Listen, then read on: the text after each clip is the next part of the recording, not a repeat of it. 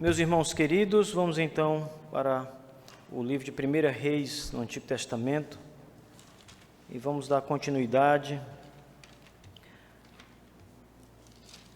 ainda no capítulo 1, igreja.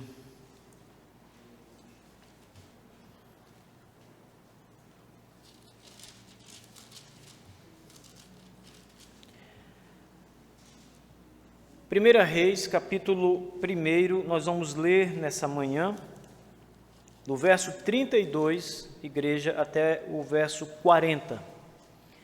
32 ao verso 40.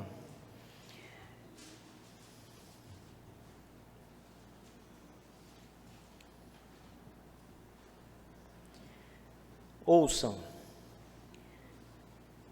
Disse o rei Davi: chamai-me Zadok, o sacerdote, e Natã, o profeta, e Benaia, filho de Joiada, e eles se apresentaram ao rei. Disse-lhes o rei: tomai convosco os servos de vosso senhor e fazei montar meu filho Salomão na minha mula e levai-o a Guiom. Zadok, o sacerdote, com Natã, o profeta, ali o ungirão rei sobre Israel. Então tocareis a trombeta e dareis viva o rei Salomão. Subireis após ele, e virá e se assentará no meu trono, pois ele é quem reinará em meu lugar, porque ordenei seja ele príncipe sobre Israel e sobre Judá. Então Benaia, filho de Joiada, respondeu ao rei e disse: Amém. Assim diga o Senhor, Deus do rei, meu senhor.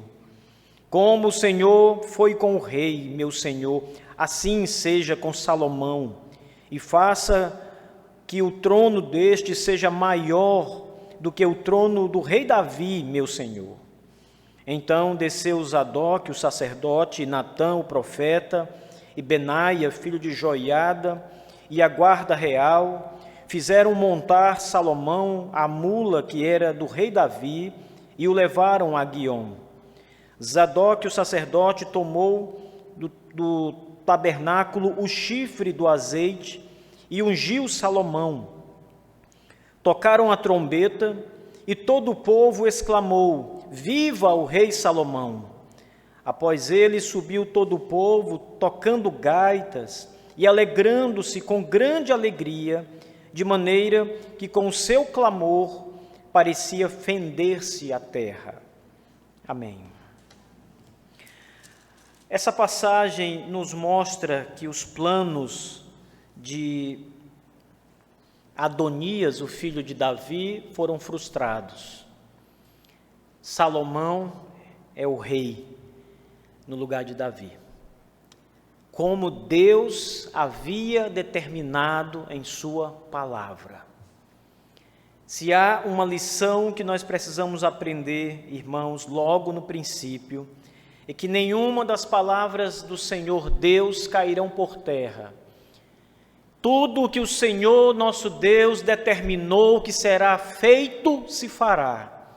Não importa como ou quantos homens se levantem para tentar fazer diferente, ou para tentar barrar a mão de Deus, o decreto de Deus, a palavra, a ordem do nosso Deus. Tudo cairá, porque a palavra de Deus é quem prevalecerá sempre. Nós começamos a estudar o livro de Reis e nós vimos como as coisas estavam difíceis aqui no reino.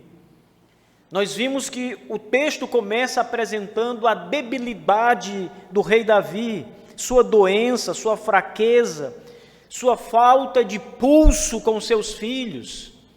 Vimos como havia no reino conspiração para que Adonias se tornasse rei, como ele junta pessoas importantes em Israel, como ele atrai o povo, como ele se autoproclama rei, e ele diz: eu sou o filho mais velho, eu reinarei no lugar de meu pai. Vimos como o próprio profeta e a mulher do rei, a rainha, Batseba, ficaram em pavoroso, achando que essas coisas de fato poderiam acontecer. E vão até o rei, conversam com o rei. A nossa história termina na última pregação exatamente mostrando essa conversa de Batseba com o rei e depois a conversa do próprio profeta Natã com o rei, todos mostrando que o reino estava em perigo, que o reino estava sendo tomado das mãos de Davi, estava sendo entregue a outro que não era aquele que Deus havia determinado. E a questão é: Davi, você ficará quieto? Você de fato fez isso e não nos comunicou? Você quebrou sua promessa para com Deus? Assim termina a nossa passagem. Davi manda chamar Batseba, depois de ouvir Natã, ouvir Batseba, ele então decide o que fará. E ele diz a Batseba: teu filho Salomão reinará no meu lugar, conforme prometi, e conforme a palavra do Senhor, ele reinará. Entramos então no texto dessa manhã, irmãos, em que não apenas a promessa está lançada, mas agora Davi dá as ordens para que de fato aconteça o coroamento de Salomão, o coroamento do rei. E o texto começa com um outro Davi, não mais aquele Davi que nós vimos até outrora, não mais aquele Davi que está ali impotente, completamente, sem autoridade, sem parecer que é o rei verdadeiro, sem parecer aquele homem forte que Deus levantou para Israel.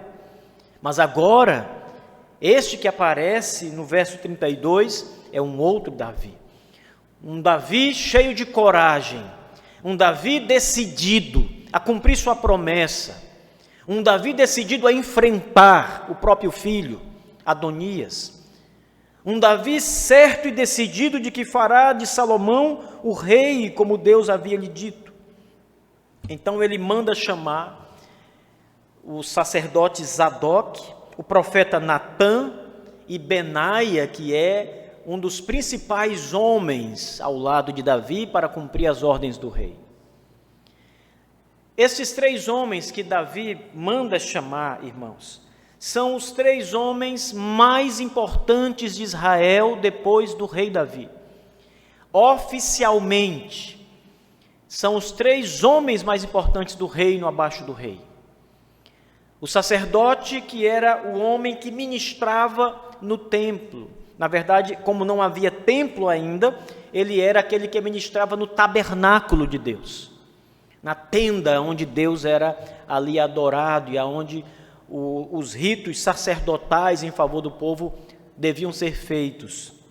Mas lembre que Adonias também reuniu alguns homens assim. Ele reuniu o ex-sacerdote, aquele que por muito tempo havia sido sacerdote, portanto ainda tinha aquela áurea de autoridade, de respeito. Adonias chama ele. Adonias também chama o ex-general de Davi para estar com ele. Mas o rei chama as figuras oficiais, aqueles em quem de fato repousava a autoridade, de fato e de direito sobre eles. Aqueles que realmente eram reconhecidos no reino. Ele chama o sacerdote, ele chama o profeta de Deus, e ele chama Benaia, que é o responsável agora para levar a autoridade de Davi, para ser a voz de Davi.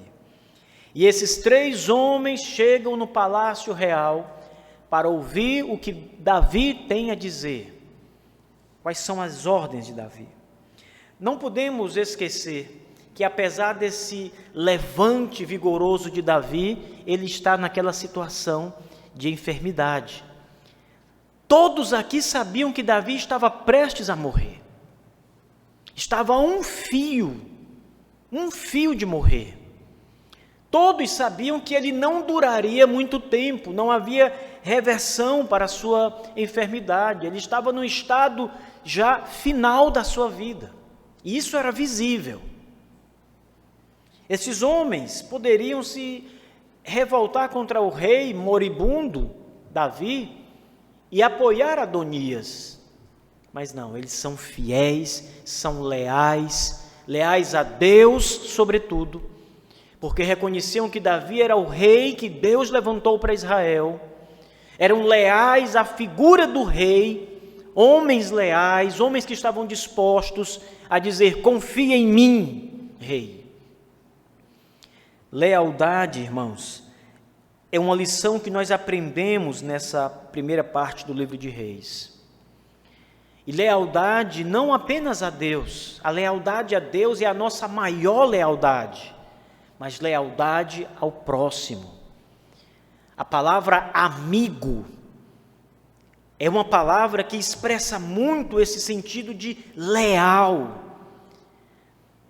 de alguém que você diz assim: este é meu amigo. Você está dizendo mais do que palavras. Você está dizendo que é leal a esse amigo. Você está dizendo que não abandonará esse amigo em momento algum. Você está dizendo que está com esse amigo no que der e vier. Lealdade. Isso é uma coisa rara nos nossos dias, irmãos. A lealdade tem sido raro entre as pessoas. Os homens vivem numa época em que cada um olha para o seu próprio umbigo. E nós temos amigos até o momento em que estes amigos são úteis.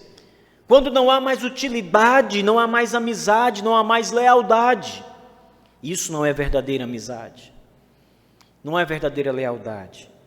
Estes 3 homens que o rei Davi chama e eles se apresentam imediatamente diante do rei, são mais do que súditos do rei, são mais do que homens que ocupam cargos, sacerdote, profeta, general dos exércitos, homem de confiança.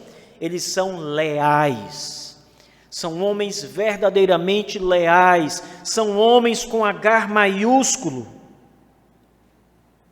Isso não quer dizer que não sejam pecadores, isso não quer dizer que não tenham falhas, não quer dizer que não tenham defeitos. Todos os homens têm tudo isso. Todos os homens são maculados com pecado. Ainda que você tenha um amigo leal, realmente leal, ele tem pecados, defeitos, falhas. O único amigo leal que não tem nenhum defeito e nenhuma falha é o nosso Redentor Jesus Cristo. E ele mesmo diz isso.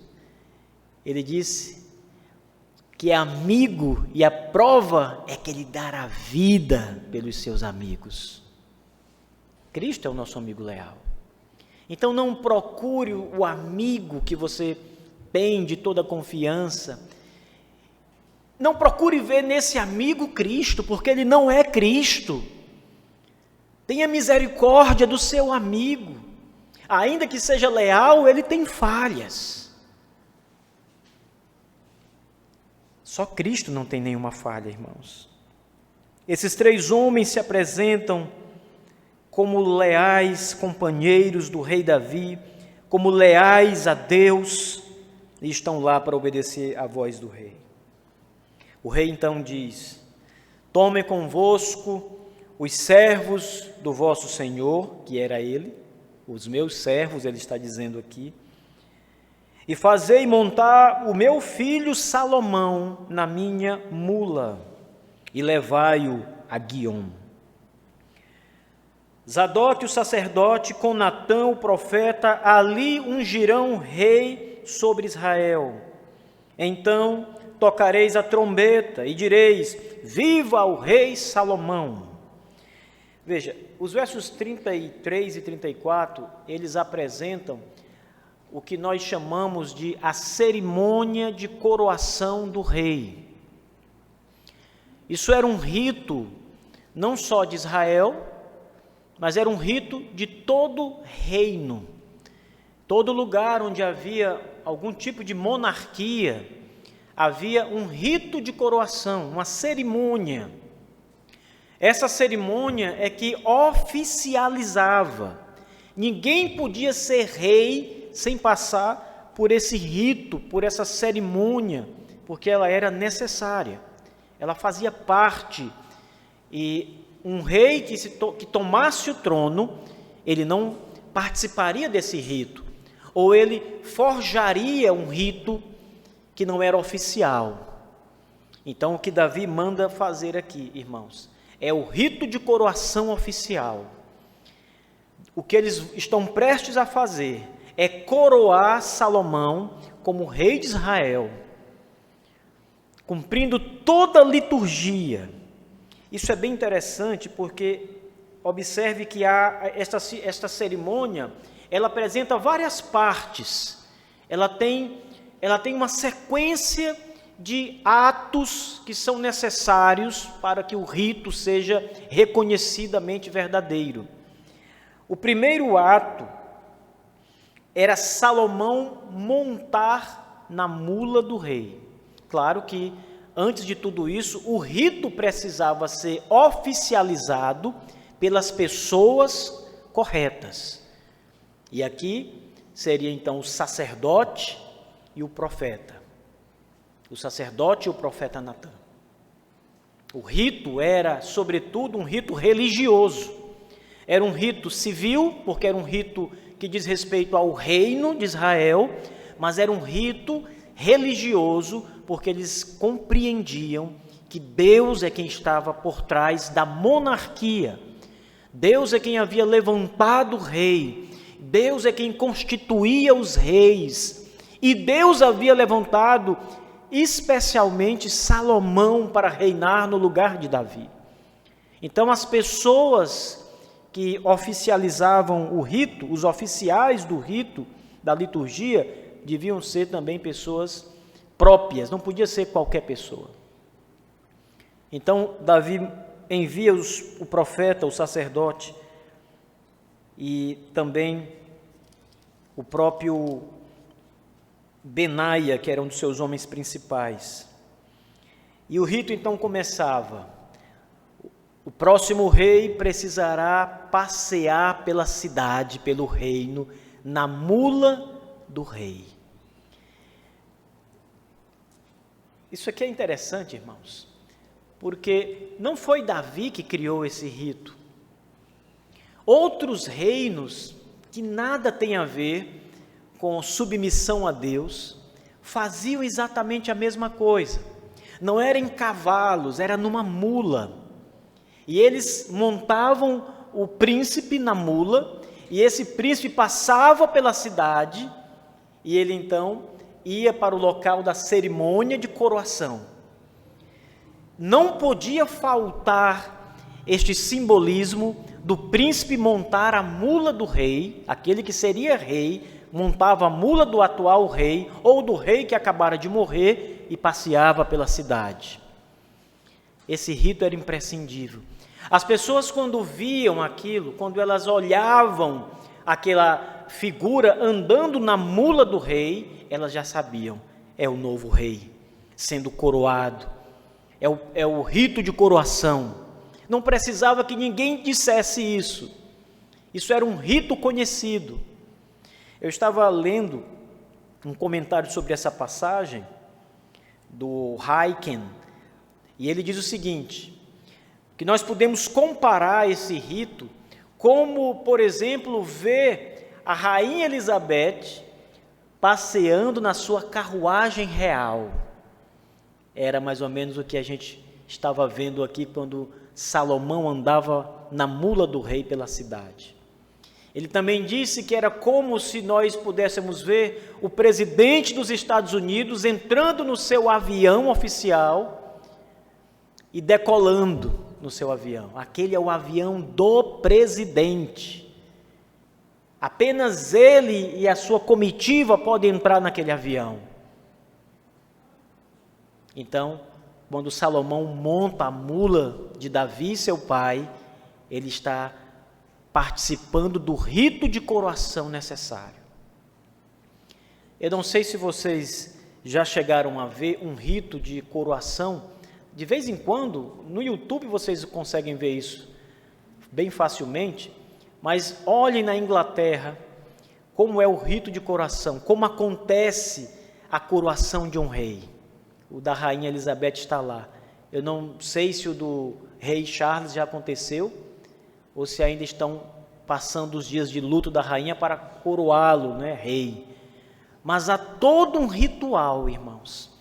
Cada parte do ritual é importante, tem um simbolismo, representa algo, de maneira que ele não pode ser rei, e ninguém pode receber a coroa se não passar pelo rito detalhado, como está lá.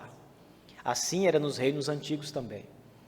E Davi manda que esse procedimento seja feito, porque ele não só está coroando o rei, mas ele está anunciando, proclamando a Israel o novo rei. Então, Salomão monta na mula do rei Davi, conforme a ordem, esse era o rito. Depois ele precisava se dirigir até o local aonde seria ungido. E aí então o sacerdote ou o profeta pegariam o chifre com azeite, o azeite da unção, e eles derramariam sobre a cabeça do rei, do novo rei. E aquele óleo que mela a cabeça do rei como um shampoo que escorre, ele representa o atual momento, o primeiro momento do rei. Ele é rei, ele está ungido, ele está preparado. Há uma linguagem religiosa por trás disso, porque para Israel a unção ali, o óleo, representa o Espírito de Deus sobre aquele rei. Deus está sobre o rei, o Espírito do Senhor está sobre o rei.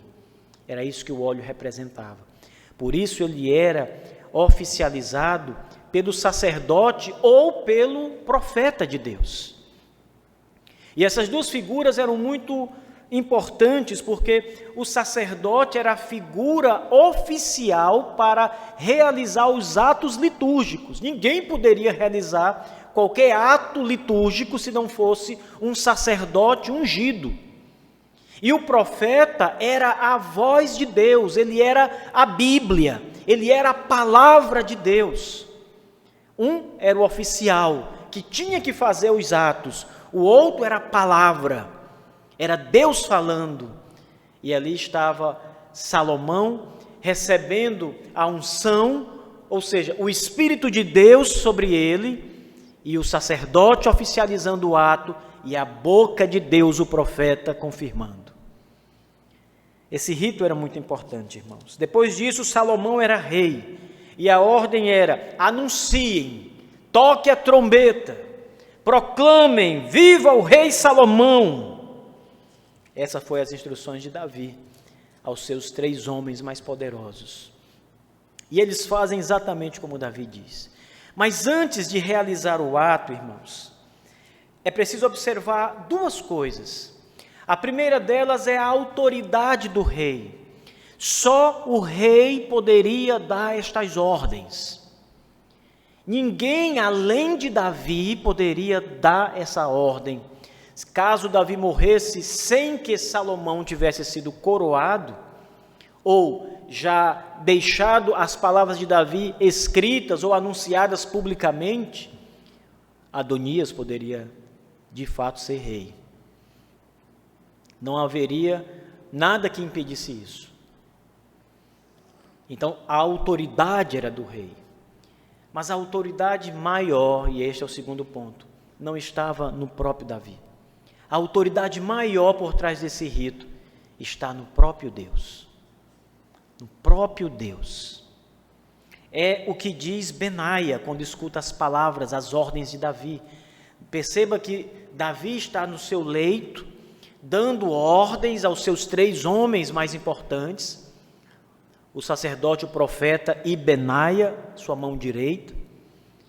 E quando Benaia escuta as palavras do rei, ele se alegra com elas. Ele diz: amém. Então, verso 36, então Benaia, filho de Joiada, respondeu ao rei e disse: amém. Que alegria, irmãos. A primeira palavra de Benaia é uma oração a Deus. Ele diz: amém, assim seja, ó rei. E ele diz isso não simplesmente porque o seu lado, nesta sequência conspiratória, o seu lado estava vencendo, mas porque esta era de fato a coisa certa a ser feita. Salomão deveria reinar, estava escrito, estava profetizado, estava anunciado. Salomão deveria ser o rei de Israel e não os outros filhos de Davi, qualquer que fosse. Então ele diz um amém ao rei. Mas aí então vem outras palavras importantes do Benaia. Ele diz: assim diga o Senhor do rei. Veja, assim diga o Senhor, o Deus do rei, meu Senhor. Ou seja, que as palavras do rei sejam de fato as palavras de Deus. Ou seja, que Salomão seja de fato coroado, como diz o rei, meu Senhor, que esta seja de fato a vontade de Deus. Sabe o que Benaia está nos ensinando? Que a palavra de Deus, e ele sabia perfeitamente disso, estava acima da palavra de Davi. Ele estava dizendo que a palavra de Davi poderia cair por terra, mas jamais a palavra de Deus. Por isso ele diz que a palavra de Deus seja como a palavra do rei, seja a mesma palavra do rei. E que Salomão, de fato, seja o ungido de Deus para reinar como ordena o rei Davi. Irmãos, duas coisas antes de finalizar essa pregação. A primeira quanto ao rito que eu vos falei agora há pouco. O rito de coroação. As figuras que são as figuras necessárias nesse rito. Os oficiantes, por um lado, e os atos que acontecem nesse rito em si mesmo. É preciso valorizar essas coisas porque elas falam muito ao culto público. O culto público, isso que nós fazemos aqui nos domingos, não é uma invenção nossa, não é algo que nós criamos. Nós não inventamos a música que o cantor canta, nós não inventamos os ritos, oração, louvor, pregação, leitura da Bíblia. Nós não inventamos isso. O rito litúrgico do culto público da igreja foi instituído por Deus em sua palavra. Nós fazemos no culto que Deus instituiu na sua palavra bendita. Nós não temos no culto a Deus coreografias, porque não há nas Escrituras coreografias em culto. Nós não temos nas Escrituras nenhum tipo das coisas mais modernas que nós estamos acostumados a ver nas igrejas, em igrejas pentecostais, neopentecostais, em igrejas pós-modernas. Não há aqueles ritos aqui, porque eles não estão aqui nas Escrituras. E não devemos nos preocupar com a simplicidade do nosso culto a Deus. Devemos nos preocupar se estamos fazendo como está revelado, como está nas Escrituras, como foi ordenado por Deus. Se um sacerdote, na verdade, vamos usar a palavra certa, se um pastor ou um grupo de pastores chegar nesta igreja e tentar instituir um rito diferente no culto a Deus, acrescentando coisas, elementos que não estão na palavra de Deus, vocês não devem aceitar, vocês devem rejeitar. Na verdade, se eu mesmo, como disse Paulo aos Gálatas, ainda que eu mesmo venha aqui, ou um anjo do céu venha aqui e vos pregue outro evangelho, que seja amaldiçoado. Portanto, até mesmo se eu, ou se qualquer um das pessoas daqui da igreja, instituir coisa diferente no culto a Deus, do que está na palavra, rejeite, igreja. rejeite. Devemos ser leais a Deus em primeiro lugar. Mais leais do que ao pastor da igreja, precisamos ser leais ao supremo pastor das nossas almas, Cristo, o Senhor, que nos deu a sua palavra, que nos ensina pela palavra. Algumas pessoas não entendem por que a igreja é tão simplória no seu culto. Isso é coisa do passado, isso é coisa tradicional demais. Irmãos, quem disse que tradição é coisa errada? A Bíblia é coisa do passado, antiga, e nós estamos com ela até hoje. Nenhum tio cairá, nem poderá ser alterado. Aquele que acrescentar ou aquele que retirar, seja maldito pelos séculos dos séculos.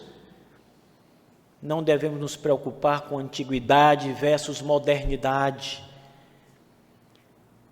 Tem coisas que podemos usar da modernidade, nossas luzes, o som, os instrumentos, etc. Mas tem outras que nunca podem fazer parte, os ritos não podem ser alterados. Não haverá culto sem pregação da palavra. Não há culto sem escritura, sem leitura das escrituras. Não há culto sem louvor a Deus, não há culto sem oração. Estes elementos precisam estar e não podem não estar. Outros não podem entrar, não podem fazer parte. Cumpram cabalmente o princípio regulador do culto divino, revelado na Escritura Sagrada. Não se preocupem. A igreja não é um clube de diversão, irmãos. Não é uma boate. Não é um lugar que você vai para extravasar. Aqui é lugar de adoração, de santidade, de verdade. Aqui é lugar de um espírito voltado a Deus em obediência. Você não vem para cá para se alegrar de modo carnal. Você vem para se alegrar no espírito. Você vem para ouvir Deus falar. Você vem para obedecer a Deus, subjugando o seu coração, sua carne, às coisas de Deus, ao rito de Deus, ao culto divino. Fazer qualquer coisa diferente disso é macular o culto a Deus.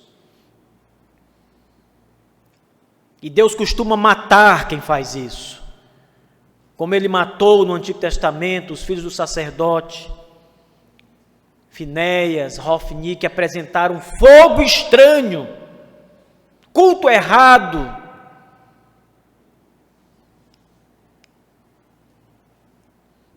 Ainda que estejamos apresentando aqui um rito de coroamento, a coroação do rei Salomão, esse rito não é um culto em si, mas ele tem elementos sagrados. A presença do sacerdote, a presença do profeta, o óleo da unção, tudo aponta para isso. Em segundo lugar, como eu disse aos irmãos, Deus é o Senhor da igreja, reina na igreja, é o rei das nossas vidas, e precisamos, como Benaia, reconhecer isso. Assim queira o nosso Deus. Ó rei Davi, meu Senhor, ele diz, assim diga o Senhor, Deus do rei, o meu Senhor, que a vontade do rei seja a vontade de Deus, que esta seja a vontade de Deus, meu Senhor, rei Davi. É bem interessante, irmãos, as palavras dele, porque ainda que ele seja o ungido de Deus, o homem que Deus levantou como rei de Israel e a autoridade competente, Deus poderia fazer, se não tivesse prometido Salomão, Deus poderia fazer diferente. Deus poderia dar a Israel, como ele deu mais adiante, vocês vão ver, reis maus, governantes perversos, imorais, injustos, porque Deus estava querendo punir a nação naqueles dias. Deus pode fazer isso. Por isso, Benaia diz que esta seja a palavra de Deus, ó rei, porque ele é a primeira autoridade, e a verdadeira e a maior e a infalível autoridade, o nosso Deus. Eu posso dizer a vocês assim, irmãos, não faltem o culto 6 horas. Daqui a pouco, à tarde, 6 da tarde, vamos nos reunir aqui e vamos adorar a Deus. Mas pode ser que essa não seja a vontade de Deus. Pode ser que Deus tenha algo diferente. Quem sabe é Deus. Por isso devemos nos submeter e não dizer, farei isso e aquilo outro, mas antes dizer, se Deus quiser, farei isso e mais aquilo. Se Deus quiser, porque o que prevalece não é a palavra do homem, é a palavra de Deus sempre. A nossa palavra prevalece quando ela está de acordo com a palavra de Deus. Aí ela prevalece porque a palavra de Deus prevalece. Então, igreja bendita do Senhor, façam como Benaia, façam como Davi, que preservou o rito, façam como Benaia, que reconheceu a autoridade de Deus acima de tudo, e sejam fiéis como esses 3 homens foram, leais como esses 3 homens foram. Benaia diz, como o Senhor foi com o rei, meu Senhor, assim seja com Salomão. Faça que o trono deste seja maior do que o trono do rei Davi, meu Senhor. Ele deseja mais glória ainda para Salomão, mais bênçãos para Salomão do que as bênçãos que Davi recebeu. Ele deseja que o filho do rei seja ainda mais glorioso do que o próprio rei, porque essa é a glória de Deus. Ele não estava sendo desleal a Davi, ele estava glorificando mais ainda a Deus. Se Deus abençoar mais, Deus será ainda por nós mais glorificado, porque veremos mais e mais as bênçãos de Deus. Deus já tem toda a glória, ninguém acrescenta glória a Deus, mas nós vamos perceber a glória de maneira ainda mais elevada, a glória de Deus. E finalmente, irmãos, chega o momento da coroação. Então desceu Zadok, o sacerdote, Natã, o profeta, Benaia, o filho de Joiada, e a guarda real, e fizeram montar Salomão, a mula que era do rei Davi, e o levaram até Guiom. Zadok, o sacerdote, tomou do tabernáculo o chifre de azeite e ungiu a Salomão. Tocaram a trombeta, todo o povo exclamou, viva o rei Salomão. Eu quero terminar este sermão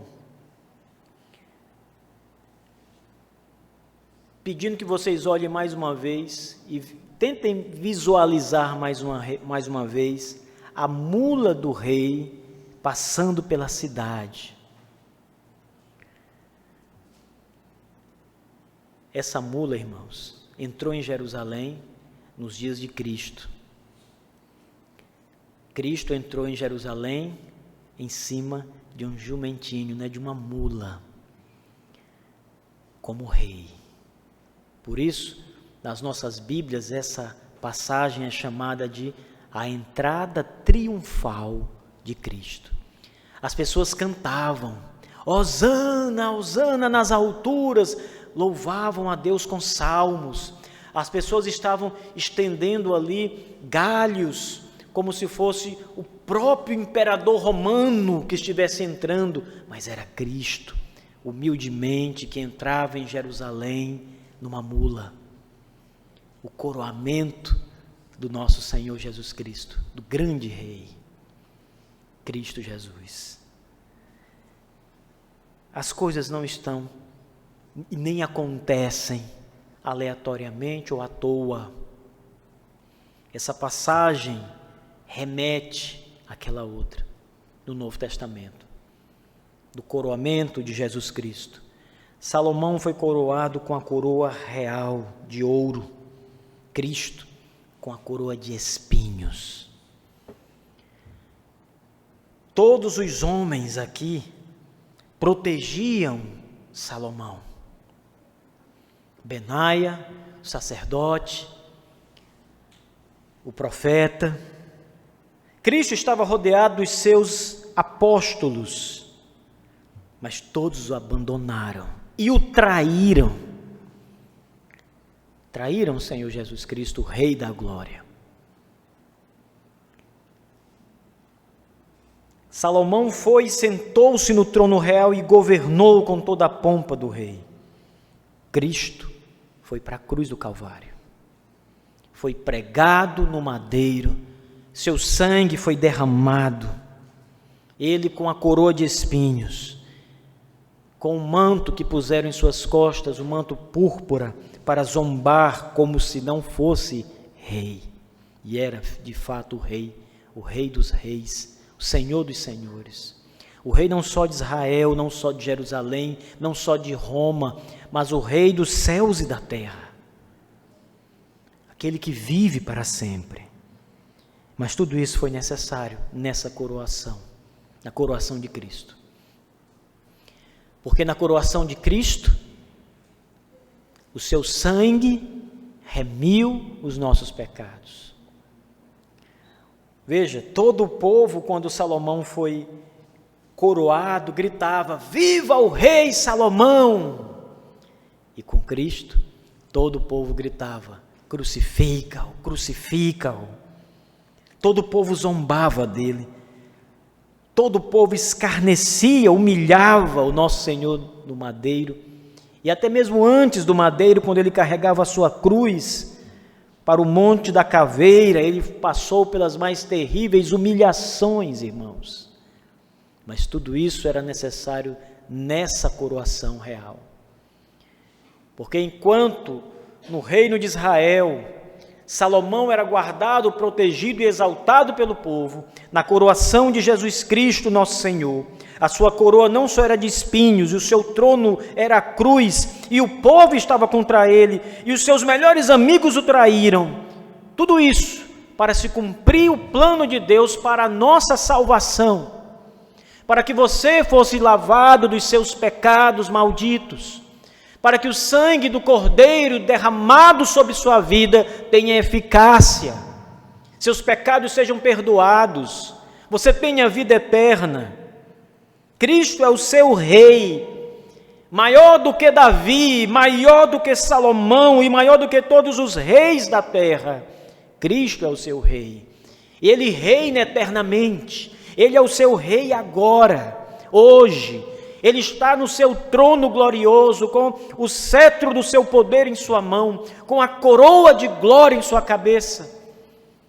Ele apareceu a João na ilha de Patmos, irmãos. E quando João, o apóstolo, depois de muitos anos de sofrimento na ilha de Patmos, e depois de ter conhecimento da morte de todos os apóstolos pelo Império Romano, João vê a Jesus Cristo. Ele aparece para João. Não mais como aquele homem de dores, mas como o rei. E João, capítulo 1 de Apocalipse, tem aquela visão esplêndida, uma visão que é até apavorante em alguns aspectos. Seus olhos são como chamas de fogo, seus pés como bronze reluzente. É a figura que ele tem. Sua voz como de muitas águas, poderosa. Este é o que está no trono, o Senhor, o leão da tribo de Judá, Deus dos céus e da terra, o seu rei, o nosso rei, o rei da igreja, o Senhor que guarda a sua vinha e a protege e a rega todos os dias e não deixa que nada venha atingi-la. É o nosso Jesus Cristo. Louve e exalte ao Rei, irmãos. Como o povo de Israel disse, viva o rei Salomão, nós devemos dizer, viva a Cristo, o nosso rei. Louvado seja o Senhor Jesus. Na sua perna está escrito, Rei dos reis e Senhor dos senhores. E ele vem com uma espada, diz Apocalipse, e ele vem para vencer. É o nosso Deus, o Rei dos reis, Jesus Cristo. Vocês sabem que a palavra Cristo em grego significa ungido. Ele é o ungido de Deus. Não é o óleo da unção que está sobre a sua cabeça. O óleo que representava o Espírito Santo. É o próprio Espírito que está sobre ele. A unção é o Espírito Santo sobre ele. Invencível, imortal. Deus seja louvado, meus irmãos. Que a glória de Deus seja apresentada para nós e venhamos a regozijar-nos com tudo isso. Fiquemos de pé, vamos orar.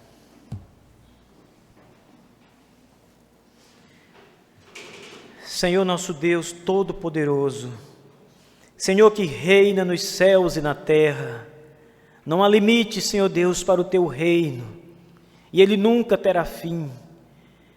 Louvado seja o teu nome, Senhor Deus, Jesus Cristo, nosso Redentor. Nos alegramos, Senhor Deus, porque estamos debaixo da tua coroa real, do cetro do teu poder e do teu trono, Senhor Deus, de toda a graça e glória. Obrigado, Santo Deus, por nos redimir, por nos escolher, Senhor Deus, e nos trazer para o teu reino. Louvado seja o teu nome, Senhor. Ajuda-nos, Santo Deus, a vivermos dignamente como súditos leais do Senhor no seu reino, a proclamarmos as virtudes de Jesus Cristo para o mundo, a levarmos esperança para todo homem que se submeter a Cristo Jesus, arrependendo-se de todos os seus pecados e buscando urgentemente salvação em nosso Senhor Jesus Cristo. Ó Deus maravilhoso, Deus todo-poderoso, Deus tremendo, ajuda a tua igreja, Senhor. Ajuda todo o teu povo, alegra e anima sempre o nosso coração para que sejamos um povo feliz, alegre, redundante em alegria todos os dias, Pai. É o que nós suplicamos a Ti nessa manhã, meu Deus. Ensina-nos com Tua palavra, em nome de Jesus Cristo. Amém. Deus abençoe, meus irmãos.